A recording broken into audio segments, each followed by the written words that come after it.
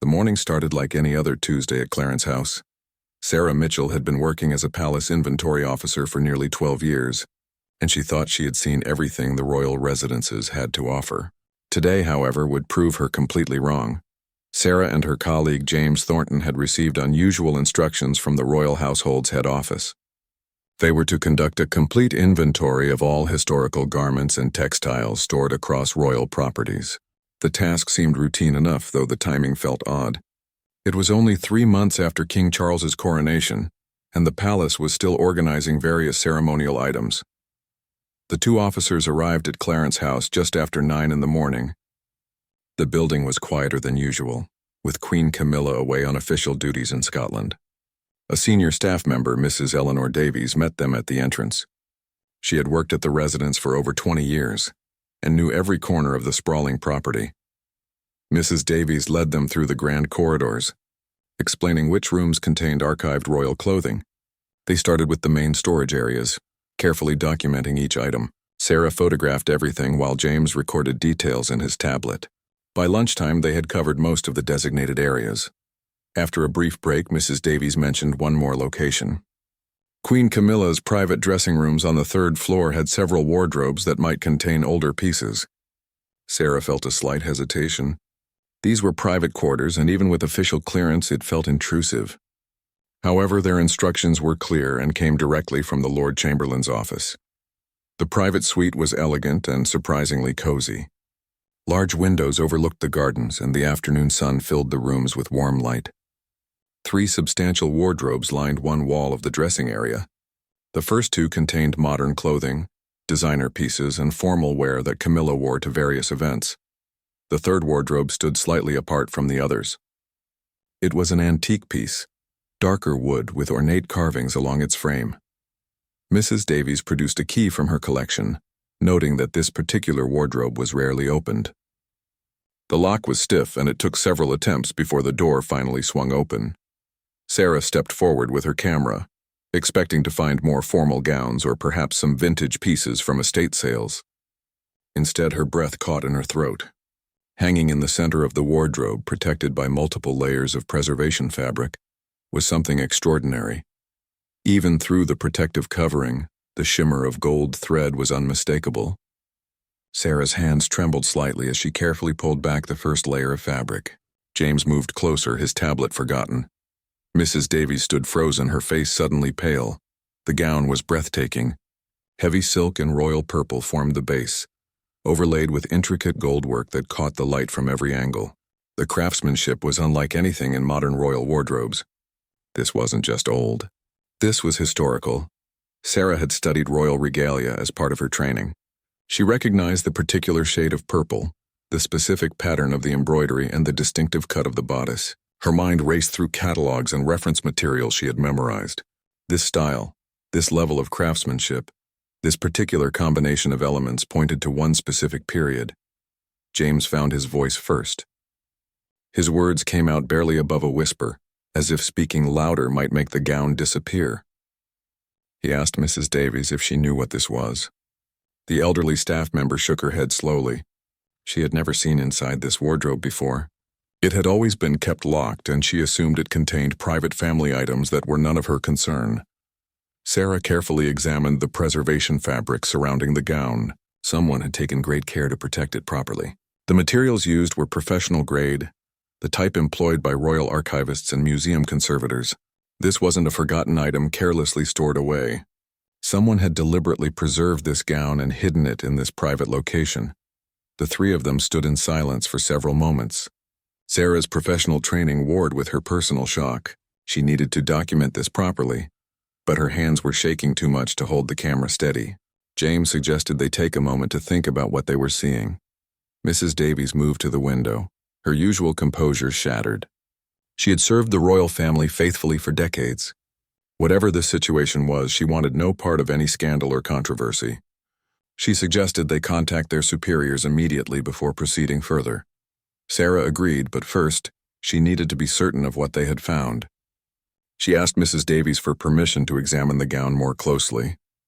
The older woman nodded reluctantly, warning them to be extremely careful. Sarah put on the white conservation gloves she always carried in her equipment bag. Gently lifting the outer preservation layer, Sarah searched for any labels, markings, or documentation. Tucked into a hidden pocket in the protective fabric, she found a small card. The handwriting was elegant, clearly from an earlier era. The note was brief but specific, indicating the gown's origin and the year it had been placed in storage. James read the card over Sarah's shoulder. His face went completely white. He stepped back from the wardrobe, running his hand through his hair. This was bigger than anything they had ever encountered in their careers. This wasn't just a historical garment. This was a piece of royal history that everyone assumed was somewhere else entirely. Sarah's mind went to the official records. She had reviewed them just months ago during preparations for the king's coronation. The location of this particular gown was documented in those records. It was supposed to be in the Royal Collection Trust's secure storage facility at Windsor Castle. Multiple people had signed verification forms confirming its location. If this gown was here, in Queen Camilla's private wardrobe at Clarence House, then either the records were catastrophically wrong, or something very deliberate had occurred. Neither option was good. Both raised serious questions about security, protocols, and who knew what else. Mrs. Davies asked what they should do. The protocol for such discoveries was unclear. This fell far outside normal inventory procedures. Sarah made a decision. She would photograph the gown and its location thoroughly, document everything exactly as they found it, and then immediately contact the Royal Collection Trust director. As she began taking photographs, Sarah's professional demeanor returned. Whatever the explanation for this situation, her job was to document facts, not speculate. James assisted by taking detailed notes about the wardrobe's location, the condition of the gown, and everything they could observe without disturbing the items. The afternoon sun had shifted, casting long shadows across the room. Sarah took one final photograph of the entire wardrobe contents. As she lowered her camera, she caught Mrs. Davies's reflection in the mirror across the room. The elderly woman looked genuinely frightened, and Sarah understood why. This discovery would not remain quiet. Too many people would need to be informed. Questions would be asked. Investigations would follow. Someone, somewhere, would have to explain how one of the most important garments in British royal history ended up in a private wardrobe, far from where it was supposed to be. Sarah carefully replaced all the protective coverings exactly as they had found them. She locked the wardrobe and handed the key back to Mrs. Davies. The three of them left the private suite in silence, each lost in their own thoughts about what the discovery might mean. As they walked back through the grand corridors of Clarence House, Sarah pulled out her phone. The call she was about to make would set in motion events that none of them could yet imagine. The quiet Tuesday morning had transformed into something far more complicated, and there was no going back now. Within an hour of Sarah's phone call, Clarence House transformed from its usual calm atmosphere into something resembling a security operation. Dr. Patricia Reynolds, the director of the Royal Collection Trust, arrived first. She was a composed woman in her mid-50s who had spent her entire career working with royal artifacts. Nothing usually rattled her, but Sarah could see the tension in her shoulders as she climbed the stairs to the third floor. Behind Dr. Reynolds came two senior curators from Windsor Castle, both carrying specialized equipment for examining historical textiles. A representative from the Lord Chamberlain's office followed, speaking quietly into his phone. Mrs. Davies had retreated to her office downstairs, clearly wanting to distance herself from whatever was unfolding. Dr. Reynolds examined the wardrobe's contents in complete silence. She spent nearly 30 minutes studying the gown, checking every detail, every stitch, every element of its construction. The curators took measurements and photographs with professional precision. Nobody spoke except to request specific tools or lighting adjustments. Finally, Dr. Reynolds stepped back from the wardrobe. She removed her conservation gloves and turned to face the small group that had gathered. Her expression was carefully neutral, but Sarah noticed her hands clasped tightly together. The director confirmed what Sarah had already suspected. This was indeed the late Queen Elizabeth's coronation gown from 1953. The room fell silent. Everyone present understood the implications. This gown was not just valuable. It was historically priceless. It had been worn during one of the most significant ceremonies in modern British history, witnessed by millions around the world. After the coronation, it had been carefully preserved as part of the crown's permanent collection. According to official records, the gown had been stored at Windsor Castle for decades. It had been displayed publicly only a handful of times, most recently for the Queen's Diamond Jubilee in 2012. After each display, it was returned to climate-controlled storage with multiple security protocols. The last recorded verification of its location was just 8 months ago, during a routine collection audit. Dr. Reynolds asked Sarah to review exactly how they had found the gown. Sarah walked through every detail of the morning, describing their arrival, their systematic inventory process, and the moment they opened the third wardrobe. James provided supporting information about their official authorization and the specific instructions they had received from the royal household. The representative from the Lord Chamberlain's office, a man named Mr. Harrison, asked to see the card Sarah had found in the protective fabric. He studied it carefully, his frown deepening. The handwriting was old-fashioned but clear. The date written on the card was from 18 months ago, approximately 6 months after Queen Elizabeth's death. This timeline created more questions than answers. If the gown had been moved here 18 months ago, it happened during a period of significant transition for the royal family. King Charles was preparing for his coronation. Royal residences were being reorganized. Items were being relocated according to new preferences and requirements. However, moving something this significant should have required extensive documentation and approval. Mr. Harrison excused himself to make several phone calls from the hallway. Through the partially open door, Sarah could hear fragments of tense conversations. Words like protocol breach and security review drifted back into the room. Dr. Reynolds and her curators continued their examination, documenting every aspect of the gown's current condition. One of the curators, a younger woman named Claire, made an interesting observation. The preservation methods used for the gown were excellent, exactly matching the standards used by the Royal Collection Trust. Whoever had moved and stored the gown here had professional knowledge and access to proper materials. This was not an amateur operation or a careless mistake. Dr. Reynolds asked if there were any other items in the wardrobe that seemed out of place. Sarah and James had been so focused on the gown that they had not thoroughly examined the rest of the wardrobe's contents. With permission, they began carefully cataloging everything else inside. Behind the gown, they found several other items wrapped in similar preservation materials. There was a velvet cape trimmed with ermine, another piece from Queen Elizabeth's coronation ensemble. Below that, carefully boxed, was the coronation bracelet, a stunning piece featuring intricate gold work and precious stones. Each item had its own documentation card with dates indicating they had all been moved here at the same time. The discovery expanded from one missing piece to an entire collection of coronation regalia. Sarah felt her stomach drop. This was not a simple misplacement or an administrative error. Someone had deliberately relocated multiple priceless items from secure royal storage to this private wardrobe. The question was why, and more importantly, who. Mr. Harrison returned from his phone calls looking grim. He informed Dr. Reynolds that the Lord Chamberlain wanted everyone to remain at Clarence House until they could establish a clear timeline of events. Security footage would need to be reviewed. Storage records would be pulled from multiple locations. Staff interviews would be necessary. Mrs. Davies was called back to the private suite. She sat in a chair by the window, looking much older than she had that morning. Mr. Harrison asked her directly about her knowledge of the wardrobe's contents. The elderly woman was adamant that she had never been told what was inside. She had keys to most areas of Clarence House, but certain spaces were designated as private. Beyond her responsibility, she explained that Queen Camilla had her own personal staff who managed her private quarters.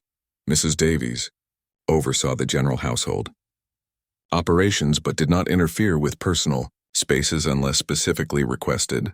The third wardrobe had always been locked when she entered the dressing room for general maintenance, and she had assumed it contained private family items or perhaps gifts that were being stored. Mr. Harrison asked who had keys to the private quarters. Mrs. Davies provided a list of names. Queen Camilla herself, obviously, her personal dresser, a woman named Margaret Shaw, the head of household security, and one name that made everyone in the room pay attention. A senior lady-in-waiting who had served Queen Elizabeth for over 30 years and had transitioned to supporting Queen Camilla after the late Queen's death. Dr. Reynolds and Mr. Harrison exchanged meaningful glances. A lady-in-waiting with decades of service would have detailed knowledge of royal collections. She would understand the significance of these items and have the expertise to preserve them properly. She might also have had access to both Windsor Castle storage areas and Clarence House during the transition period. However, this raised an even more troubling question. What possible reason could someone with such loyalty and experience have for relocating these items? Was it done on instruction from someone higher up? Was it a genuine attempt to protect the items during a chaotic transition period? Or was there something more complicated happening? Claire, the younger curator, suggested they check the records at Windsor Castle to see when the items were last verified in their original storage location. If they could establish an exact timeline, it might help identify who had access during the relevant period. Dr. Reynolds agreed and instructed her team to contact Windsor immediately. Sarah watched the investigation unfold with a mixture of fascination and concern. She had stumbled into something far bigger than a simple inventory task. The discovery was already sending ripples through the royal household, and she suspected this was only the beginning. Once word of this spread beyond the immediate group, the pressure for answers would intensify dramatically. The afternoon wore on, and the small group in the private suite grew as more officials arrived. A senior police officer from the Metropolitan Police's Royalty Protection Unit appeared, though Mr. Harrison emphasized this was not yet a criminal investigation. They were simply establishing facts and securing the items properly. By early evening, Dr. Reynolds made the decision to transport the gown and other items back to Windsor Castle immediately. A specialized vehicle was arranged and the items were carefully packed under the watchful eyes of multiple witnesses. Sarah and James were asked to provide written statements about their discovery before being allowed to leave. As Sarah finally walked out of Clarence House well after dark, she felt exhausted. Her phone had been confiscated earlier, to preserve the integrity of her photographs as evidence. She would get it back after the images were properly documented and backed up. James walked beside her in silence, both of them processing the day's extraordinary events. The palace gates closed behind them, and Sarah looked back at the illuminated building. Somewhere inside, serious conversations were happening about what this discovery meant. Tomorrow she would have to return for more interviews. Tonight she just wanted to go home and try to make sense of everything they had uncovered. What had started as a routine inventory had revealed a mystery that threatened to expose serious problems with royal protocols and security. Sarah had no idea yet that the story was far from over, and the explanations they would eventually uncover would be more complex than anyone currently imagined. The next morning, Sarah arrived at the Royal Collection Trust offices in Windsor Castle at exactly 9 o'clock. She had barely slept, her mind replaying the previous day's discovery over and over. The building was already buzzing with unusual activity. Extra security personnel stood at entrances, and she noticed several unfamiliar faces in formal suits moving purposefully through the corridors. Dr. Reynolds had set up a command center of sorts in one of the larger conference rooms. Computer screens displayed photographs of the discovered items, timeline charts covered one entire wall, and thick folders of documentation were stacked on every available surface. A small team of investigators, curators, and royal household officials were already working when Sarah entered. James arrived moments later, looking as tired as Sarah felt. They were directed to seats near the back of the room. Dr. Reynolds acknowledged their arrival, with a brief nod, but continued her conversation with a man Sarah recognized from news reports as the Lord Chamberlain himself, the most senior official in the royal household. The meeting began formally. The Lord Chamberlain explained that they were treating this matter with utmost seriousness. The discovery of Coronation regalia in an unauthorized location represented a significant breach of protocol and raised questions about the security of the entire royal collection. However, he emphasized, they were currently focused on understanding what happened rather than assigning blame. Dr. Reynolds presented the findings from the previous evening's examination. The items were definitively authentic. Their condition was excellent and the preservation methods were professional standard. The documentation cards found with each item provided dates but no names. Handwriting analysis was underway to potentially identify who had written the cards. A security specialist presented footage from Windsor Castle's storage facility. The recording showed the last verified audit of the Coronation items occurring 9 months ago, Everything appeared normal at that time. However, reviewing subsequent footage revealed something peculiar. 3 months later, during a period when the storage facility was undergoing routine maintenance, there was a gap in the security recordings lasting approximately 4 hours. This gap coincided with scheduled electrical work that had required temporarily shutting down certain security systems. During this window, someone with proper authorization could have accessed the storage area without being recorded. The maintenance logs confirmed that the work was legitimate and pre-approved, but the timing now seemed extremely convenient.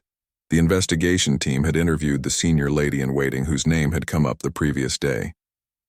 Her name was Lady Margaret Ashworth, and she had served Queen Elizabeth with distinction for 3 decades.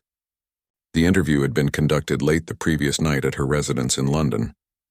According to Mr. Harrison, who had led the interview, Lady Ashworth had been cooperative but visibly distressed. Lady Ashworth admitted that she had moved the items. However, her explanation was both unexpected and deeply complicated. She claimed she had been following instructions, but those instructions had not come from any currently serving member of the royal family. They had come from Queen Elizabeth herself, given to Lady Ashworth during the final weeks before the late Queen's death. The room fell silent as Mr. Harrison delivered this information. He explained that according to Lady Ashworth, Queen Elizabeth had been concerned about certain items being displayed or used after her death in ways she felt would be inappropriate. The Queen had asked Lady Ashworth to quietly relocate specific pieces to Clarence House, where they would be safely stored away from public access and official ceremonies. Queen Elizabeth had apparently been quite specific in her instructions. The items were to be moved after her death but before King Charles's coronation. They were to be preserved properly but kept private. Lady Ashworth was to tell no one, not even other members of the royal family, as this was the late Queen's personal wish for her own legacy. Dr. Reynolds asked the obvious question: why would Queen Elizabeth want her coronation regalia hidden away? The items were historically significant and belonged to the nation's heritage, not to any individual monarch. Lady Ashworth's explanation seemed to suggest the late Queen was deliberately subverting established protocols around royal collections. Mr. Harrison shared more details from the interview. Lady Ashworth claimed that Queen Elizabeth had been troubled by discussions about how her coronation would be remembered and compared to future coronations. The late Queen had lived through an era when coronations were grand, deeply religious ceremonies that emphasized tradition and continuity. She was concerned that modern preferences for simplified, more accessible ceremonies might diminish the significance of what she had experienced. By removing certain items from easy access, Queen Elizabeth had apparently hoped to prevent them from being casually displayed or incorporated into events that she felt would lack appropriate solemnity. It was a way of protecting the memory of her own coronation by ensuring its most significant elements remained apart and distinct. Sarah found herself unexpectedly moved by this explanation. If true, it revealed the late Queen making a very human gesture to protect something deeply meaningful to her. However, it also created enormous problems for current royal operations and raised questions about whether any monarch had the right to make such decisions about items that belonged to the crown rather than to them personally. One of the lawyers present pointed out the legal complications. Crown property followed specific rules about custody and transfer. Even the monarch could not simply move items at will without proper documentation and authorization from the Royal Collection Trust. If Queen Elizabeth had given such instructions, she had technically been acting outside her authority. However, prosecuting or officially criticizing a deceased monarch was unthinkable, especially Queen Elizabeth, who remained deeply beloved by the British public. This created a delicate situation. The items needed to be returned to proper storage and protocols needed to be strengthened to prevent future occurrences. But the reason for the breach could not be publicly explained without potentially damaging the late Queen's reputation. Dr. Reynolds suggested they verify Lady Ashworth's story before proceeding further. The late Queen's personal papers were kept in secure archives. If she had left any written instructions about this matter, they might provide clarity. The Lord Chamberlain agreed and authorized immediate access to the relevant archives. Over the next several hours, archivists worked through boxes of Queen Elizabeth's personal correspondence and documents from her final year. Sarah and James were dismissed while this sensitive work continued. asked to remain available for further questions but not privy to the detailed contents of royal papers. Sarah spent the afternoon in the staff canteen, drinking too much coffee and trying to understand the situation. If Lady Ashworth was telling the truth, this was not a theft or even a security breach in the traditional sense. It was an act of loyalty to a dying queen's wishes, even though those wishes conflicted with official protocols. The complexity of the situation made her head hurt. James joined her eventually, having been released from a second round of interviews about their discovery process. He had heard rumors that more items might be missing from other storage locations. The investigation was expanding beyond just the coronation regalia to check whether Queen Elizabeth had arranged for other relocations that had gone unnoticed. By late afternoon, Sarah was called back to the conference room. Dr. Reynolds looked exhausted but also somewhat relieved. The archivists had found something. Among the late Queen's papers was a sealed envelope, marked with instructions that it was to be opened only by the Lord Chamberlain and only after sufficient time had passed following her death. The envelope had not been noticed during the initial processing of the Queen's papers because it had been filed with routine correspondence rather than with official documents. Someone had finally located it that afternoon. Inside was a letter in Queen Elizabeth's handwriting, explaining exactly what Lady Ashworth had claimed. The letter was brief, but clear. Queen Elizabeth acknowledged that she was acting outside normal protocols, but felt strongly that certain items associated with her coronation should not be used in ways she considered inappropriate.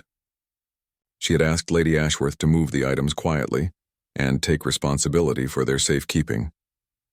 The Queen had hoped this letter would eventually provide clarity and protect Lady Ashworth from accusations of wrongdoing. The Lord Chamberlain read portions of the letter aloud to the assembled group. Queen Elizabeth had written that she understood future generations might disagree with her decision, but she hoped they would respect that these items held profound personal and spiritual significance for her. She had worn the coronation gown on the most important day of her reign, and she wanted to ensure it remained a symbol of that singular moment, rather than becoming just another historic costume. The letter went on to express the late Queen's confidence in King Charles and Queen Camilla, noting that this decision was not a reflection on them, but rather her own need to preserve something precious to her memory. She had asked that after a suitable period, perhaps 5 to 10 years, the items could be returned to general collection if the family deemed. 2 weeks after the discovery, Sarah found herself back at Clarence House under very different circumstances.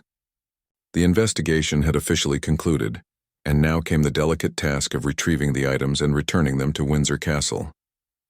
This time, however, Queen Camilla was present, having been fully briefed on the situation during her return from Scotland.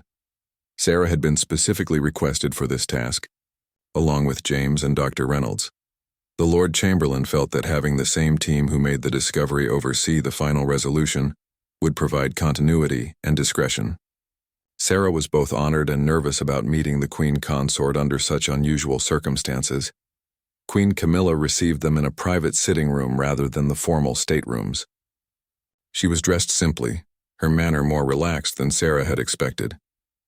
The Queen Consort thanked them for their professionalism and discretion in handling what she acknowledged was an extraordinarily sensitive matter. Camilla spoke openly about her feelings regarding the situation. She admitted that learning about the hidden items had initially been shocking and somewhat hurtful. To discover that important historical pieces had been secretly stored in her own residence without her knowledge had felt like a violation of trust. However, after reading Queen Elizabeth's letter, her perspective had shifted considerably. The Queen Consort explained that she had actually had a conversation with Queen Elizabeth about coronations some months before the late Queen's death. It had been a quiet afternoon at Windsor, and they had been looking through photographs from Elizabeth's 1953 coronation. The late Queen had shared memories of that day with unusual emotion, describing how sacred and transformative the experience had been for her. Queen Elizabeth had mentioned during that conversation that she hoped the traditions and meaning of coronation would not be lost in pursuit of modernization. Camilla had assured her that while ceremonies might evolve, the core spiritual significance would always be honored. At the time, Camilla had not realized how deeply concerned Queen Elizabeth was about this issue. Now, Understanding the late Queen's actions through this context, Camilla said she felt more compassion than anger. Queen Elizabeth had been protecting something precious to her in the only way she knew how. The fact that she had chosen Clarence House as the hiding place perhaps even suggested a level of trust, a belief that these items would be safe and respected in Camilla's residence. Dr. Reynolds gently raised the question of what should happen to the items going forward. Queen Camilla had given this considerable thought.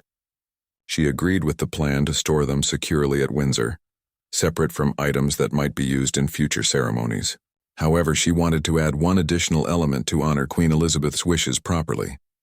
The Queen Consort proposed creating a small, private exhibition space at Windsor Castle, where the coronation items could be displayed together as a complete collection, exactly as they had appeared on that historic day in 1953. This exhibition would not be open to the general public, but would be accessible to the royal family and select historians. It would serve as a memorial to Queen Elizabeth and that significant moment in British history. Sarah thought this was a beautiful solution. It respected both the late Queen's desire to keep the items from casual use and the historical importance of preserving and occasionally viewing them. Dr. Reynolds immediately began considering the logistics of creating such a space, mentally cataloging the Windsor Castle rooms that might serve this purpose. The conversation turned to Lady Ashworth, who had been quietly suffering since her role in the matter became known. Though she faced no official punishment, the elderly lady-in-waiting had been devastated by the chaos her actions had caused, even though she had been following direct orders. Queen Camilla asked if Lady Ashworth could be present during the final retrieval of the items, as a gesture of support and understanding. Arrangements were quickly made, and Lady Ashworth arrived at Clarence House within the hour. The elderly woman looked pale and anxious as she entered the private suite. Queen Camilla greeted her warmly, immediately putting her at ease by thanking her for her decades of faithful service and for honoring Queen Elizabeth's final wishes. Even at personal cost, Lady Ashworth's relief was visible. She had been carrying an enormous burden of guilt, worried that she had betrayed the trust placed in her by both queens. Camilla assured her that she had done exactly what was expected of a loyal servant, and that Queen Elizabeth had clearly trusted her completely. The late Queen had known that following her instructions might cause problems for Lady Ashworth, which is why she had left the explanatory letter. Together, the small group made their way to the third-floor dressing room, where Sarah had first discovered the wardrobe. The room felt different now, no longer charged with mystery and tension, but peaceful, almost reverent. Mrs. Davies was there as well, having been invited to witness the final chapter of this unusual story. Dr. Reynolds and her conservation team carefully removed each item from the wardrobe, documenting everything one final time. Lady Ashworth watched with tears in her eyes, remembering the night she had brought these items here, following instructions from a queen she had served and loved for most of her adult life. As the coronation gown was lifted out, Queen Camilla asked if she might touch it. Dr. Reynolds agreed, providing her with conservation gloves. Camilla gently ran her fingers over the intricate goldwork, marveling at the craftsmanship. She commented that it must have been incredibly heavy to wear for hours during the coronation ceremony. Lady Ashworth shared a memory. She had been a young woman in 1953, watching the coronation on one of the few television sets in her village. She remembered being mesmerized by the gown, by the pageantry, by the young queen taking on such an enormous responsibility. Years later, when she entered royal service, she had never imagined she would one day be entrusted with protecting that very same gown. Sarah listened to this exchange, feeling privileged to witness this moment. The story that had begun with her routine inventory task had evolved into something much deeper. It was about memory, loyalty, duty, and the very human emotions of people who lived extraordinary lives in service to traditions larger than themselves. The items were carefully packed into specialized transport containers. Security arrangements had been made to move them back to Windsor Castle that afternoon. Before the containers were sealed, Queen Camilla made one final request. She asked Dr. Reynolds if it would be possible to photograph her standing beside the gown, not for any public purpose but for her own private collection. Dr. Reynolds agreed, and Sarah was asked to take the photograph using the Queen Consort's personal camera. It was a simple shot, Camilla standing beside the gown with Lady Ashworth on her other side. All three women representing different eras of royal service and different perspectives on this remarkable story. After Sarah took several frames, Camilla thanked her and asked for the memory card, which would remain private. As the transport team prepared to leave with the precious cargo, Queen Camilla gathered everyone involved in the investigation and resolution. She thanked each person individually for their discretion and professionalism. She particularly praised Sarah and James for their initial handling of the discovery, noting that their careful documentation and immediate reporting had prevented what could have become a far worse situation. The Queen Consort also acknowledged Mrs. Davies, who had provided access and information despite her own discomfort with the situation. Camilla assured her that her position and reputation were secure, and that she had done nothing wrong. Mrs. Davies, clearly relieved, thanked the Queen with visible emotion. Before everyone departed, Lady Ashworth asked if she might say something. With Queen Camilla's permission, she addressed the group. She explained that Queen Elizabeth had been very specific about timing and discretion, because she did not want to burden King Charles with this decision. The late Queen had known that her son would feel obligated to honor her wishes but might also struggle with balancing those wishes against his own vision for the monarchy. By arranging things to remain hidden for a time, Queen Elizabeth had hoped that enough distance would exist for decisions to be made rationally, rather than emotionally. She had trusted that eventually the truth would emerge in a way that allowed everyone to move forward with understanding and respect. Lady Ashworth believed that the outcome, while perhaps not perfect, aligned with what Queen Elizabeth had hoped for. Sarah reflected on this as they made their way back downstairs. Queen Elizabeth had been playing a long game, thinking beyond her own lifetime about how her legacy would be preserved and interpreted. It showed remarkable foresight and a deep understanding of how institutions and families operate during times of transition. The convoy of vehicles left Clarence House in the late afternoon. Sarah watched from the courtyard as the transport vehicles, flanked by security cars, departed for Windsor Castle. She felt a sense of completion but also contemplation. She had been part of something that revealed the complexity of royal life, the weight of tradition, and the very personal concerns that existed behind the public pageantry. James stood beside her, equally quiet. He finally broke the silence by noting that their routine inventory task had certainly become memorable. Sarah laughed. 3 months had passed since the coronation items were returned to Windsor Castle, and life had returned to normal for Sarah.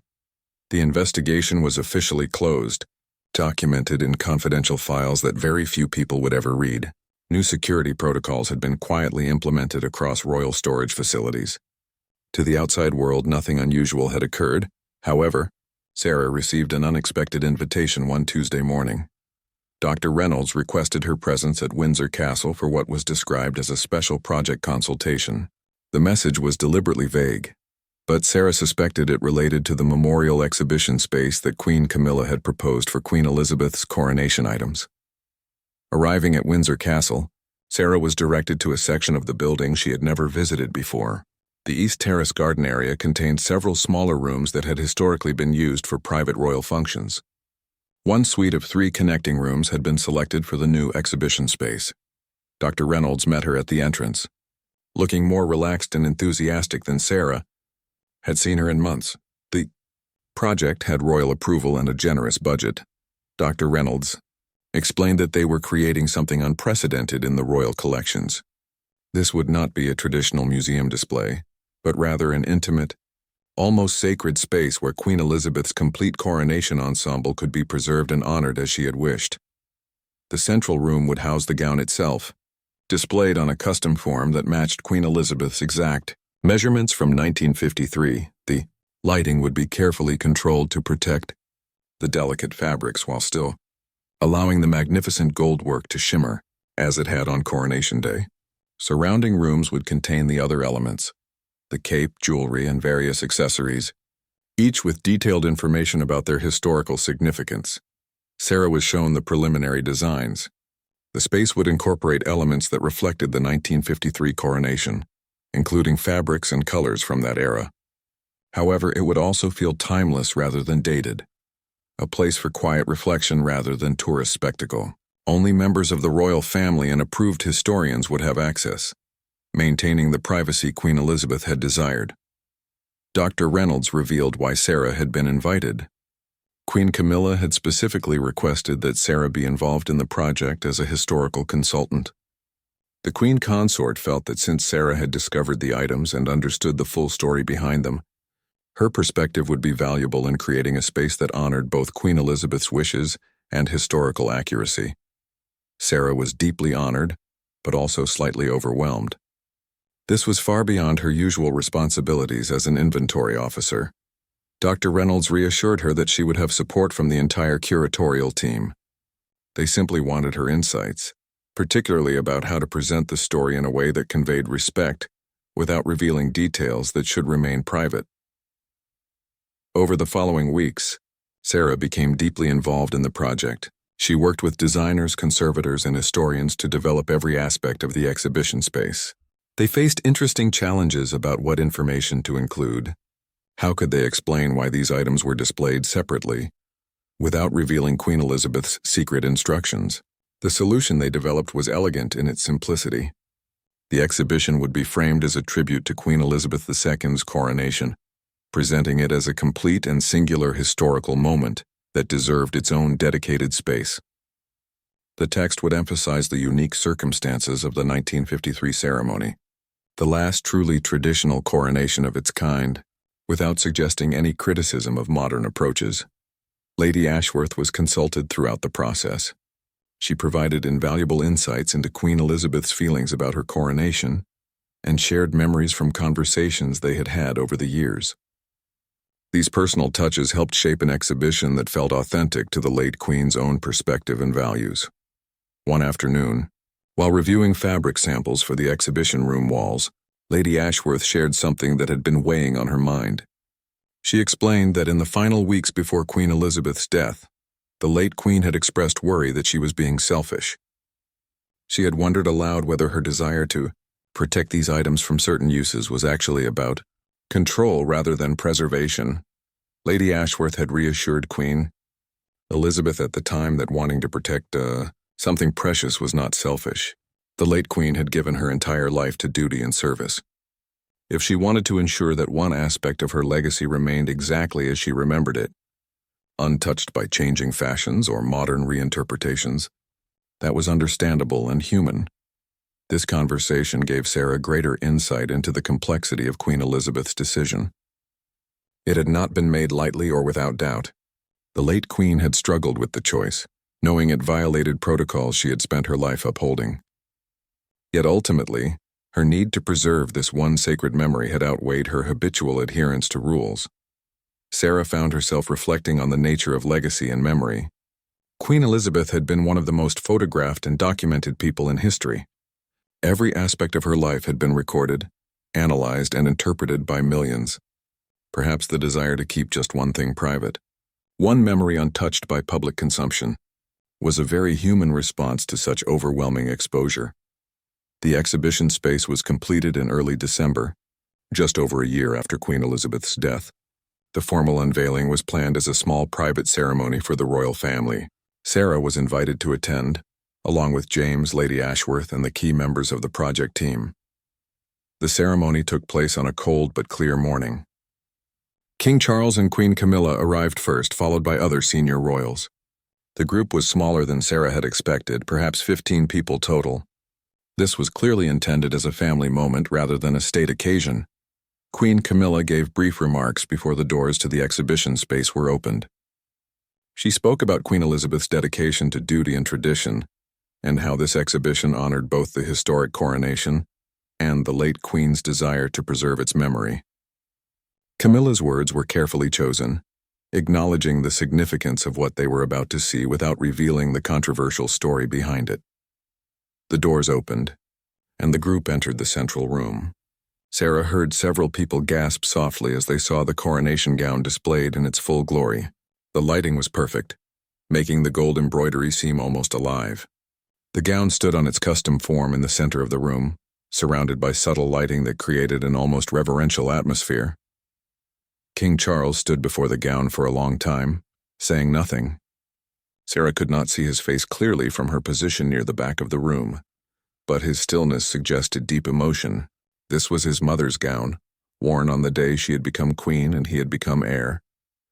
The weight of memory and history in that moment must have been overwhelming. Queen Camilla moved through the space slowly, examining each element of the display. When she reached the section showing the coronation bracelet, she paused and turned to Dr. Reynolds, complimenting the team on creating something both beautiful and dignified. The Queen Consort's approval was clear, and Sarah felt a wave of relief that their work had achieved its intended effect. Lady Ashworth was given a special moment to view the exhibition. Queen Camilla personally escorted her through the space, the two women moving at a pace that allowed for careful observation and quiet reflection. At one point, Lady Ashworth wiped tears from her eyes, and Camilla gently took her arm, offering silent support. After everyone had toured the exhibition, the group gathered in an adjoining reception room. King Charles finally spoke, thanking everyone involved in the project. He acknowledged that the past year had brought unexpected challenges regarding his mother's legacy and the transition of the monarchy. This exhibition, he said, represented a positive way to honor the past while moving forward. The King specifically thanked Lady Ashworth for her faithful service to Queen Elizabeth and for carrying out difficult instructions with such care. He noted that his mother had always valued loyalty above almost everything else, and Lady Ashworth had demonstrated that quality completely. The elderly woman looked overwhelmed by this public acknowledgement from the king himself. Sarah and James were also recognized for their role in discovering the items and handling the situation professionally. King Charles commented with a slight smile that they had probably not expected their routine inventory work to become quite so eventful. The room laughed, breaking some of the ceremonial tension. As the gathering concluded, Sarah found herself standing near a window overlooking the castle grounds. Queen Camilla approached her quietly, thanking her again for her contributions to the project. Sarah expressed her gratitude for being included in something so meaningful. The Queen Consort then said something unexpected. She mentioned that the experience of learning about Queen Elizabeth's hidden wishes had taught her something important about the weight of legacy and the sometimes conflicting demands of personal feelings and public duty. Camilla said she hoped that when her own time came, she would handle such conflicts with as much grace as Queen Elizabeth had attempted, even if the execution had been imperfect. Sarah was struck by. 5 years had passed since Sarah's discovery in the private wardrobe at Clarence House. She had been promoted twice since then, and now held a senior position within the Royal Collection Trust, overseeing multiple teams of inventory specialists and conservators. The extraordinary events of that autumn had faded into a memory she occasionally shared with James over coffee. Though always carefully and never in detail, the memorial exhibition at Windsor Castle had become exactly what Queen Camilla had envisioned. It remained private, visited only by family members and select historians with special permission. The space had taken on a sacred quality, a place where people could connect with Queen Elizabeth's memory in a personal way, separate from the public monuments and official tributes that existed elsewhere. Lady Ashworth had passed away peacefully 2 years after the exhibition opened, at the age of 87. Her funeral had been attended by several members of the royal family, a testament to the esteem in which she had been held. In her will, she had left detailed memoirs about her decades of royal service. However, in accordance with her final wishes, these memoirs would remain sealed for 50 years, protecting the privacy of those she had served. Sarah had attended the funeral, standing quietly in the back of the chapel. She had felt a deep connection to Lady Ashworth, even though they had only interacted briefly during those intense months. The elderly woman had carried out an impossible task with dignity, protecting both the Queen's wishes and the historical items entrusted to her care. Her loyalty had never wavered, even when it had cost her peace of mind. On this particular morning, Sarah arrived at Windsor Castle for what had become an annual ritual. Each year on the anniversary of the discovery, she visited the exhibition space. It was not an official requirement, simply something she felt compelled to do. The visit allowed her to reflect on how that experience had shaped her understanding of her work and the institutions she served. Dr. Reynolds was already in the exhibition room when Sarah arrived. The director had made this annual pilgrimage a shared tradition, and over the years, it had become a time for both women to discuss not just that specific case, but the broader questions it had raised about preservation, legacy, and institutional memory. They stood together before the coronation gown, which looked exactly as magnificent as it had 5 years ago. The conservation efforts had been perfect, and the controlled environment ensured the textiles would survive for future generations. Dr. Reynolds commented that they had done right by Queen Elizabeth, creating something that honored her wishes while maintaining their professional responsibilities to preserve history. Sarah agreed, though she admitted she still sometimes wondered about the ethics of the situation. They had essentially helped conceal a protocol breach because the person who ordered it was beloved and deceased. Would they have made the same choices if the circumstances had been different? Dr. Reynolds acknowledged these concerns but noted that their field often required balancing competing obligations, and perfect solutions rarely existed. Their conversation was interrupted by the arrival of an unexpected visitor. Queen Camilla entered the exhibition space, accompanied by only one lady-in-waiting. Sarah and Dr. Reynolds immediately acknowledged her presence, but the Queen Consort gestured for them to remain relaxed. She explained that she had known they would be here today and had wanted to join their quiet remembrance. Camilla had also made this anniversary a personal tradition.